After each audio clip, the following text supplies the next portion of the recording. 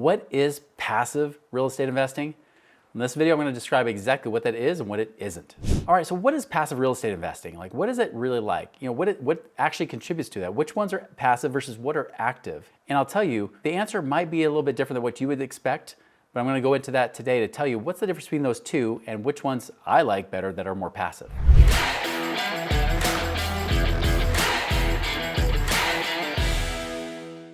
All right, so let's talk about which real estate investing is really passive, right? Because the truth is, if you have a rental, it's classified as passive real estate income. Your accountant will check boxes to say this is a passive income source, right? And that's fine. That's great and dandy. But if you're somebody who's like, I'm actively managing this property, I'm babysitting it, I'm dealing with repairs and stuff, and I'm the one person show here, okay, that doesn't feel very passive, does it? And so I want to talk about, again, there's passive real estate investing, which of course, real estate investing is classified as passive, but how do you really make it passive versus active? Because there's active real estate and then there's passive real estate. So let's talk about the active stuff first, right? Active real estate investing, in my opinion, and I know I'll get debated on this from time to time, but in my opinion, it's anything that requires you to do a lot of the work. You are the operator. You are the one actually managing and dealing with the investment. For example, if I have a rental with a property manager on it, to me, that's passive, right? But if I'm the property manager, if I'm dealing with the tenants, the toilets, and the trash, if I'm dealing with all those headaches that are possible with it, if I'm my own property manager, I would consider myself more of an active real estate professional in that sense, right? I'm more the active real estate investor. Is there one that's better than the other? Not necessarily. Because the truth is, as an active real estate investor, you can make a lot more money than as a passive real estate investor. Because the truth is, if you want to be a passive real estate investor, it usually requires you to have somebody who's actively doing the real estate. They're actively managing the real estate so you can be passive. This also requires you to have money. You got to have money to be the one that pays for that passive benefit, right? That's why you have to have cash to create passive income. Don't think that you can come up with no cash and somehow create passive income. That's a lie. That's somebody trying to sell you crap and it doesn't work. But on the active side, this is where you can come up with little money. For example, you could become a wholesaler. I have several friends that are wholesalers. What they are, they're kind of like brokers in a way. They're the ones that go in, they find the property, they say, listen, I'll help you sell the property. I'll commit that we buy your property for X amount of dollars, but whatever I sell it for above and beyond that is my gain, right? So you get your guaranteed amount while I get the rest above and beyond that. Your hope is as a wholesaler that you make a lot of profit and that they still get a fair amount for themselves too. So it's a win-win-win transaction, right? And that's the difference. And so really you're just on paper, a lot of times it requires very little money out of pocket to be able to do that kind of transaction because you're just brokering the deal between the buyer and the seller to make sure that that's all done. And then you take, rather than taking a commission like what real estate brokers do, real estate agents do, you actually get to take some of the gains because you are technically the one buying the property, then turning around and reselling it. That's a wholesaler, right? You're basically buying it wholesale, selling it retail. Now wholesalers, very big business. You can make millions upon millions of dollars doing it. A lot of my friends do. But it's a very active business. Now, is it true that you can hire a lot of team members and help make that easier for you? Yes, you can train people, you can get them to do a lot of the work for you, and then you have to manage the business, but you're still actively managing that business. So in business, the truth is, passive is kind of a myth. I'm not saying you can't have residual income, right? I'm not saying you can't make money all the time, even in business, but just like with anything, even with passive investments, I still believe you have to actively manage. That active management in some cases could be, if you're in business, could be weekly, could be monthly. Even when I'm managing my investments, it might be a lot less often than I would for a business, but there's still some sort of management. You're always thinking about that kind of stuff, right? So you can have people in place, you can pay for those people, but again, you have to pay for that management to then be a little bit more passive. And this is why I like to separate those two incomes. I like residual income, being in business, money that comes in whether I'm working or not, versus passive income, which is money coming from my investments. So active investments are that kind of thing. Anybody who just fix and flips, in the real estate game, active investment. Very, very active. In fact, that's probably more active than even wholesaling, and it can require more capital because now you're literally trying to get the money. Now, you might borrow the money from somebody who's a passive investor to then go and do the active investing, but yes, on those fix and flips, you're definitely going to be active. And as I mentioned, if you're trying to manage any property at all, you are the active investor. Now, passive investor, like I said, they use the money to then get the active investors to do the work for them. So as I mentioned, like on a rental property, if I have a property manager dealing with all the work. They're the ones finding the tenants for me. They're the ones dealing with the paperwork.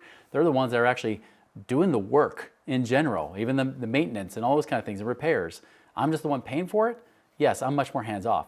And even in that situation, I would consider myself a semi-passive investor, or that would be a semi-passive investment, because there are times that if the property manager doesn't do a good job, you might have to take it over again. You might have to be the one that steps in to make sure that things are working. And this is why I recommend, if somebody's going to do rental properties, make sure you're at least monthly monitoring what's going on in the back end. Usually they'll have a website or something like that you can follow to kind of see what's going on with the numbers, if there's any costs or expenses coming out.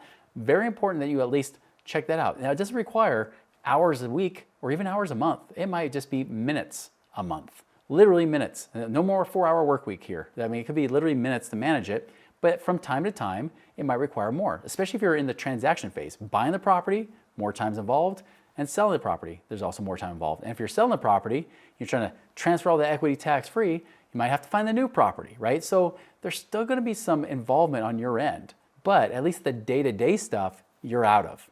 And so I look at that as more semi-passive. Now, if I'm a lender, if I'm lending my money to an investor, and whether it's them to do their own fix and flips, whether I'm lending my money, some of them will even do it for wholesaling and things like that.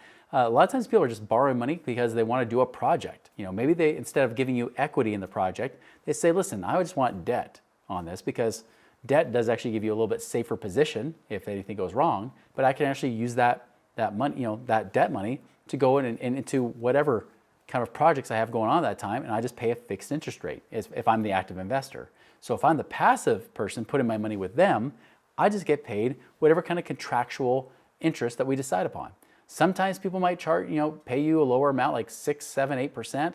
Sometimes they might pay you in the double digits, like 10, 11, 12+% a year, just depending on the deal, depending if there's collateral or not, things like that. I definitely recommend, of course, if you want to make sure you have safety and you want to be a little bit more hands-off, one, make sure you develop good relationships and you find those. This is why even our clients often will leverage our own relationships that we've created over the last 20 years. They'll leverage those relationships, but same thing with you. You might create good relationships, know the person, know how they operate, and then of course when you get the property, you might say, well, let's look at this property. Is it really as valuable as they say it is? Okay, maybe not. Let's make sure that there's good value in the property so that I'm not lending, and then if something goes wrong, I can't sell the property to get my money back. I want to make sure that there's more than enough equity, just like a bank does to you when they say, I want a down payment on this property, and they tell you put so much money down on that before they even give you the mortgage. Same thing. I just become the bank as a passive investor, lend my money to them. I actually did this with one investment where I was the equity and the debt investor. I actually invested in a syndication where people pool their money together, and you're able to invest in a property where you get the profits on the back end, especially when they sell. They might pay you X amount of return in the beginning, but they'll sell and then pay you X% as well of that money that you gained. Well, this person was at the point he was trying to sell the property, wasn't going to get a huge amount of gain from it, but he was excited to get out of it. However, the cash was running low. He was trying to sell it. He was doing a lot of different repairs and things like that to be sold, and so he was low on cash. So I lent him the money and said, here, I'll lend you $50,000. He paid me 15% a year on that money, and it was only lent out for really 3 months. So I got roughly about a 4% rate of return on my money in 3 months, plus my $50,000 back. So I got about $2,000 on top of my $50,000 in just 3 months. So I was actually an equity investor and a debt investor, but again, I was hands off. He was dealing with all the headaches. I didn't deal with any of that at all.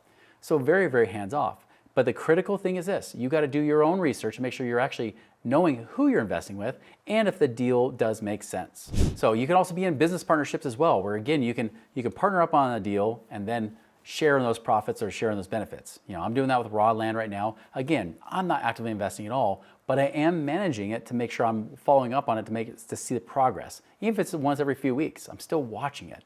So that's what I mean by passive. Like, you can actually really be a passive investor that way. I have another client where he was looking at different options. He was already in real estate quite a bit, but he thought, well, is there another way to make passive income? Well, he found one that was dealing with oil and gas, where again, you own the land, but then you're getting paid royalties for the land that you own because they lease the land from you. So you get paid from the lease and really get paid from the royalties from the drilling that happens. And so he's able to diversify his income, still be very passive. He's not the one doing the drilling, obviously. In fact, the company's paying the drilling, but they're almost using the royalties as paying rent for that land that they're leveraging and using. So I get so many different ways you could be a hands-off, more passive investor. It doesn't mean that you're 100%, never look at it again, set it, forget it. Don't ever do that. That's how you lose money very quickly. But if you can actually be in a situation where you have the capital, have the cash, you can go make the money. Now, if you don't have the capital, you don't have the cash, then my challenge to you is go make the money, right? Go make the money, go be an active investor, do whatever you got to do, so then you can get more cash to then do more passive investing. If you're also curious about what other passive investments you could actually be doing, even beyond just rental real estate, check out this next video.